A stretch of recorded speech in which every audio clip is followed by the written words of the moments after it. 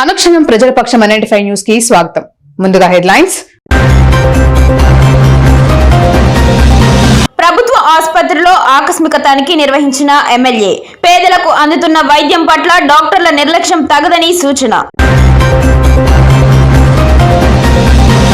సినీ నటుడు మోహన్ బాబుకి ఇచ్చిన పద్మశ్రీ వెంటనే వెనక్కి తీసుకోవడంతో పాటు ఆయనపై హత్యాయత్నం కేసు నమోదు చేయాలని డిమాండ్ చేసిన మదనపల్లి జర్నలిస్టులు.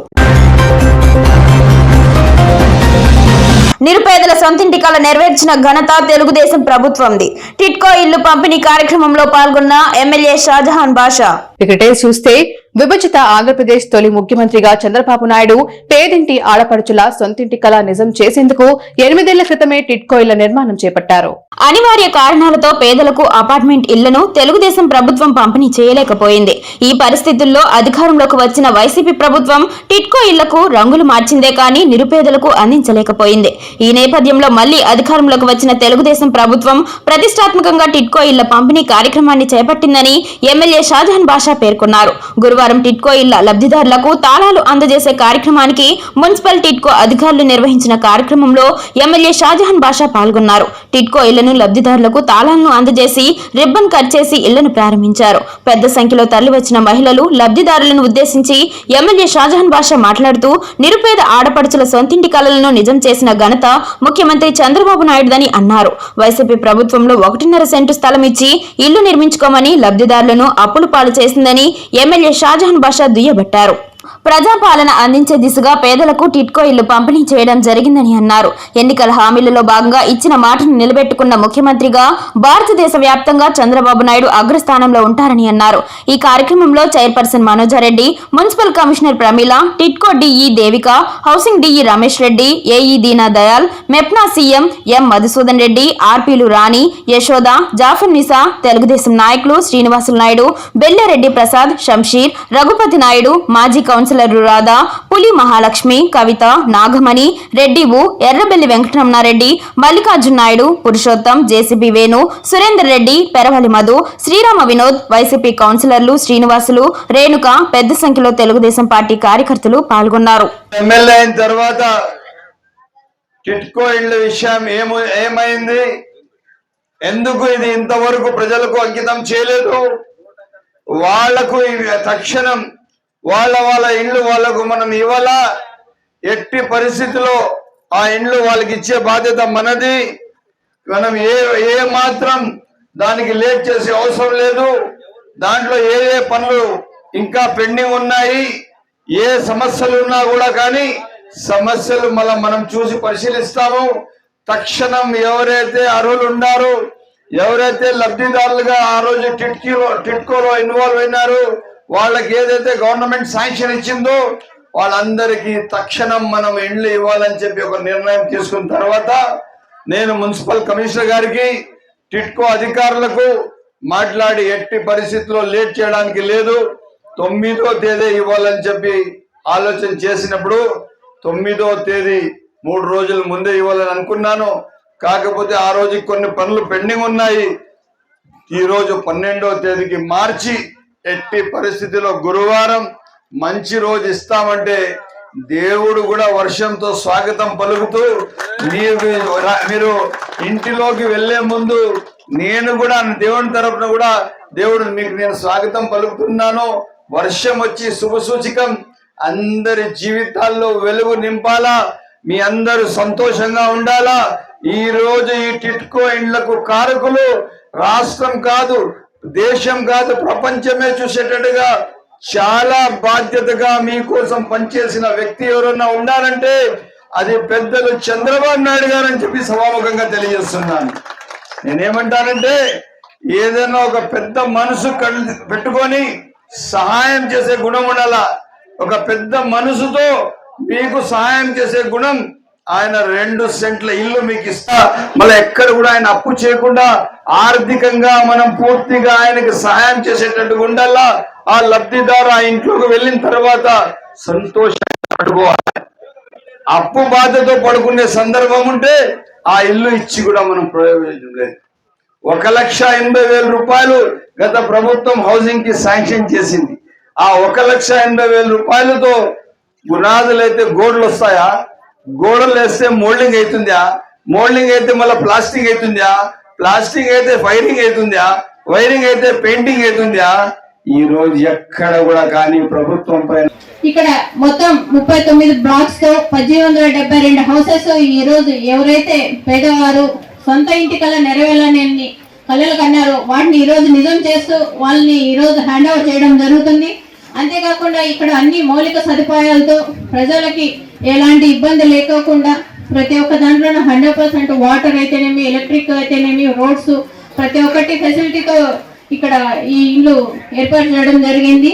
ఈ రోజు ఎవరైతే బెనిఫిషియరీ ఉన్నారో వాళ్ళు సొంత ఇంటి కల వాళ్ళ ఫ్యామిలీతో సంతోషంగా ఉండే రోజు ఈ రోజు. వాటిని ఈ రోజు మంచి శుభదినంగా మీకు హ్యాండ్ ఓవర్ చేస్తూ కీస్ని మీకు హ్యాండ్ ఓవర్ చేయడం జరుగుతుంది. కేటగిరీలో ఇక్కడ కన్స్ట్రక్షన్ అనేది చేయడం జరిగింది. ఇది 35 ఎకరాల 81 సెంట్ల సువిశాల విస్తీర్ణంలో మనం 39 బ్లాకులతో ఈ కన్స్ట్రక్షన్ అనేది చేయడం జరిగింది.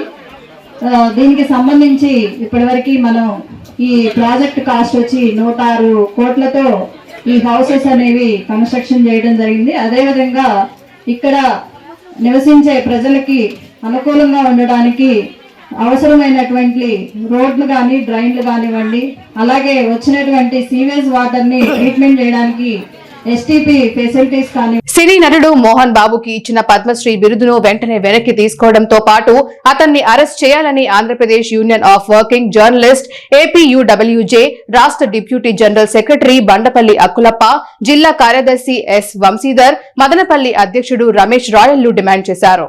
టీవీ9 విలేకరి రంజిత్ పై దాడికి నిరసనగా మదనపల్లి సబ్ కలెక్టర్ కార్యాలయం ఎదుట ఏపీయూడబ్ల్యూజే ఆధ్వర్యంలో గురువారం ధర్నా నిర్వహించారు. అనంతరం మదనపల్లి సబ్ కలెక్టర్ కార్యాలయంలో వినతి పత్రం సమర్పించారు. ఈ సందర్భంగా ఏపీయూడబ్ల్యూజే రాష్ట్ర deputy general secretary Bandapalli Akkulappa మాట్లాడుతూ మోహన్ బాబుకు కేంద్ర ప్రభుత్వం ఇచ్చిన పద్మశ్రీని వెంటనే వెనక్కి తీసుకోవాలని డిమాండ్ చేశారు.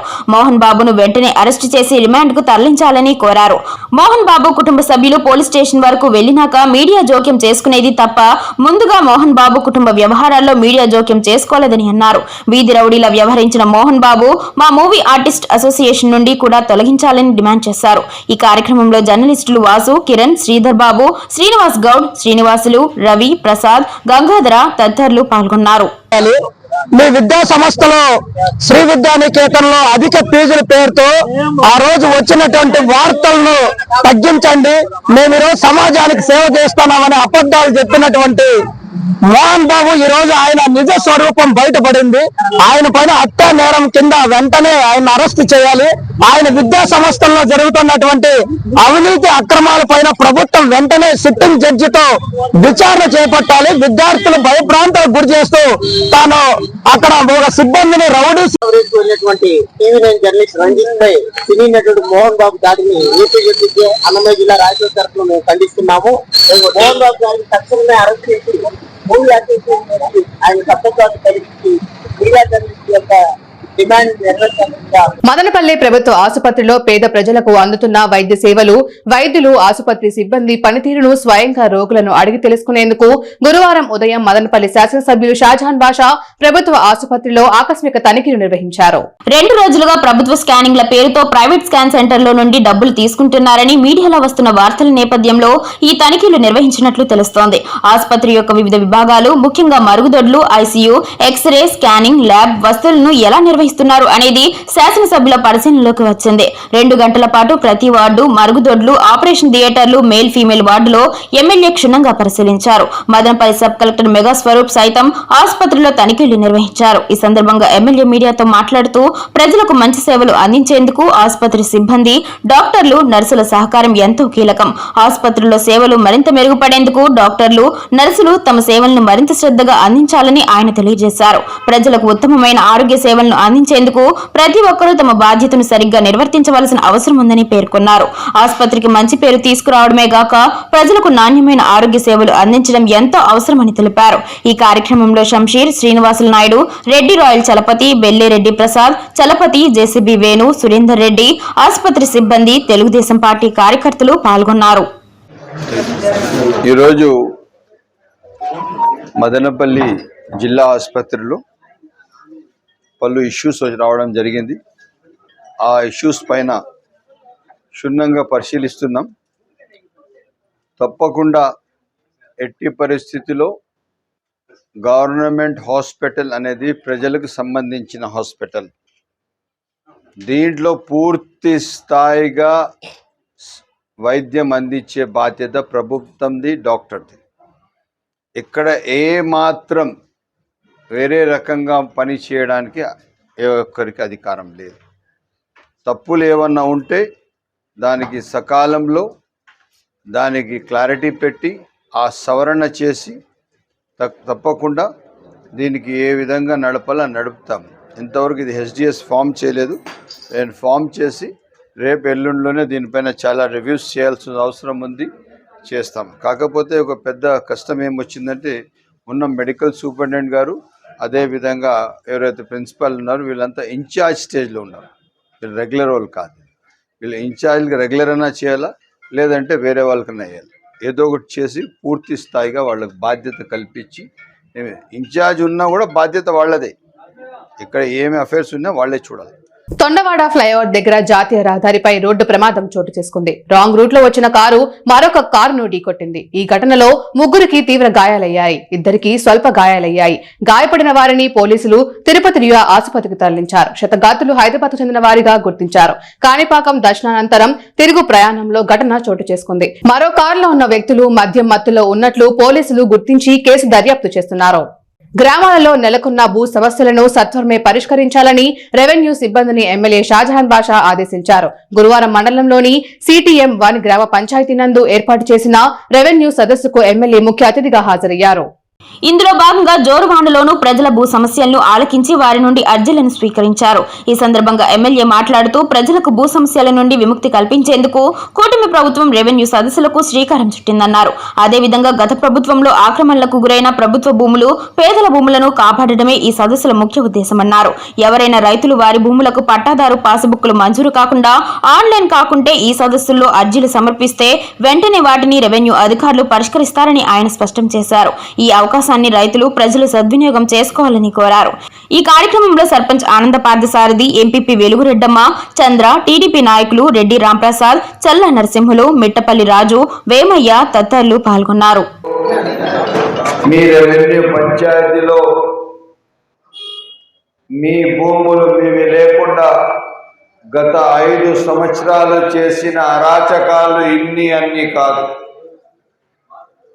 ఒక్క మనిషే దాదాపు 10 కోట్ల భూములు కబ్జాలు చేసిన చరిత్ర ఈ రెవెన్యూ విలేజ్లో. ఎప్పటికి కూడా ఏ సందర్భంలో వచ్చిన వాస్తవాలన్నీ తెలుసుకున్న తర్వాత వదిలేదంటూ ఉండదు. ప్రజల భూములు ప్రజలకే ఉంటాయి. చెరువులు కబ్జాలు చేసే చెరువుల నుంచి తొలగించి మళ్ళా యథావిధిగా ఆ చెరువులు అట్లే ఉండేటట్టుగా చేస్తాం. ఇవే కాకుండా ఇప్పుడు ఇక్కడ వచ్చేసిన ప్రజలు ఏ సమస్యలున్నా అధికారులు సాయంత్రం 5 గంటల వరకు ఇక్కడే ఉంటారు. మీ సమస్యలన్నీ తెలుసుకొని ఇప్పుడే పరిష్కారం చేసేవన్నీ పరిష్కారం చేస్తారు. అర్జీలు ఇచ్చినాక ఆన్లైన్లో పెట్టేవన్నీ ఆన్లైన్లో పెడతారు. ఇవే కాకుండా ఏవైనా పాత మిటేషన్లు మీవి కాకుండా ఎవరైనా మీకు అడ్డు తగిలి మీ మిటేషన్లు, మీ 1Bలు, మీకు రావాల్సిన రెవెన్యూలో మీ లెక్కలు జమ చేయకుండా మీకు కష్టాలు పెట్టి ఏమైనా జరిగింటే అవన్నీ ఇప్పుడు మీరు అర్జీల రూపంగా ఇవ్వచ్చు. తప్పకుండా మీవన్నీ ఎంట్రీస్ చేసి 1Bలు వచ్చేటట్టుగా చూస్తారని తెలియజేస్తున్నాను.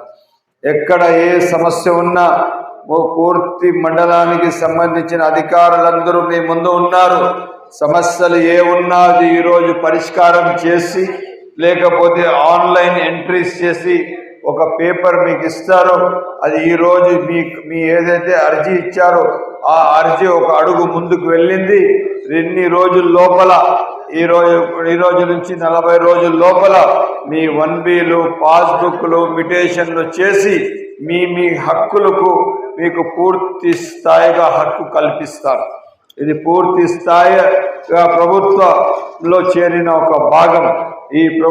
ఈ కార్యక్రమానికి ప్రభుత్వం ఒక్కసారిగా బాధ్యత తీసుకొని మీ ముందుకు యావత్తు రాష్ట్ర ప్రభుత్వ అధికారులందరూ తమ తమ మండలాల్లో వచ్చి ప్రజా సమస్య మదనపల్లె సమీపంలోని ప్రముఖ ఇంజనీరింగ్ విద్యా సంస్థ Madanapalle institute of technology and science కళాశాల నందు విద్యార్థులకు ఋతుక్రమ పరిశుభ్రత నిర్వహణపై కళాశాలలోని మహిళా సాధికారత సెల్ వారు అవగాహన కార్యక్రమాన్ని నిర్వహించారు. ఈ కార్యక్రమానికి ముఖ్య అతిథి మరియు రిసోర్స్ పర్సన్ గా చెన్నైలోని ఫెమినైన్ ఋతు సంబంధ పరిశుభ్రత అధ్యాపకులు మరియు వ్యాపారవేత్తలు అయిన అనంత్ ఎం మరియు జయశ్రీ కేలు పాల్గొన్నారు. కార్యక్రమంలో అనంత్ మాట్లాడుతూ ఋతు పరిశుభ్రత యొక్క ప్రాముఖ్యత గురించి అవగాహన కల్పించడం మరియు దానితో సంబంధం ఉన్న కలంకాన్ని తొలగించడం, ఆరోగ్యకరమైన పద్ధతులను ప్రోత్సహించడం వంటి వాటిపై అవగాహన కల్పించడమే లక్ష్యంతో ఈ కార్యక్రమాన్ని నిర్వహిస్తున్నట్లు అనంత్ అన్నారు. జయశ్రీ మాట్లాడుతూ ఋతుస్రావం యొక్క జీవ సంబంధమైన అంశాలు, ఋతుక్రమం సమయంలో పరిశుభ్రత యొక్క ప్రాముఖ్యత మరియు శారీరక మానసిక శ్రేయస్సును నిర్ధారించడానికి దానిని సమర్థవంతంగా నిర్వహించే మార్గాలు వంటి క్లిష్టమైన అంశాలను విద్యార్థినులతో చర్చించారు. అమ్మాయిలు వయసులోకి వచ్చాక మొదలయ్యే ఋతుస్రావం కొన్ని సంవత్సరాల పాటు వారితోనే ఉంటుంది. నెలకోసారి వచ్చే ఈ సమయంలో ఖచ్చితమైన జాగ్రత్తలు, పరిశుభ్రతని పాటించాలి. ఇది తెలియక చాలా మంది అమ్మాయిలు లేనిపోని సమస్యలను తెచ్చుకుంటారు. మన దేశంలో చాలా మంది మహిళలు తమ ఆడపిల్లలకి పీరియడ్స్ స్టార్ట్ అయ్యే వరకు ఈ విషయం గురించి చెప్పరు. దీంతో ఆ సమయం వచ్చాక ఎలా శుభ్రంగా ఉండాలో తెలియక ఆడపిల్లలు ఇబ్బందులు పడుతున్నారు.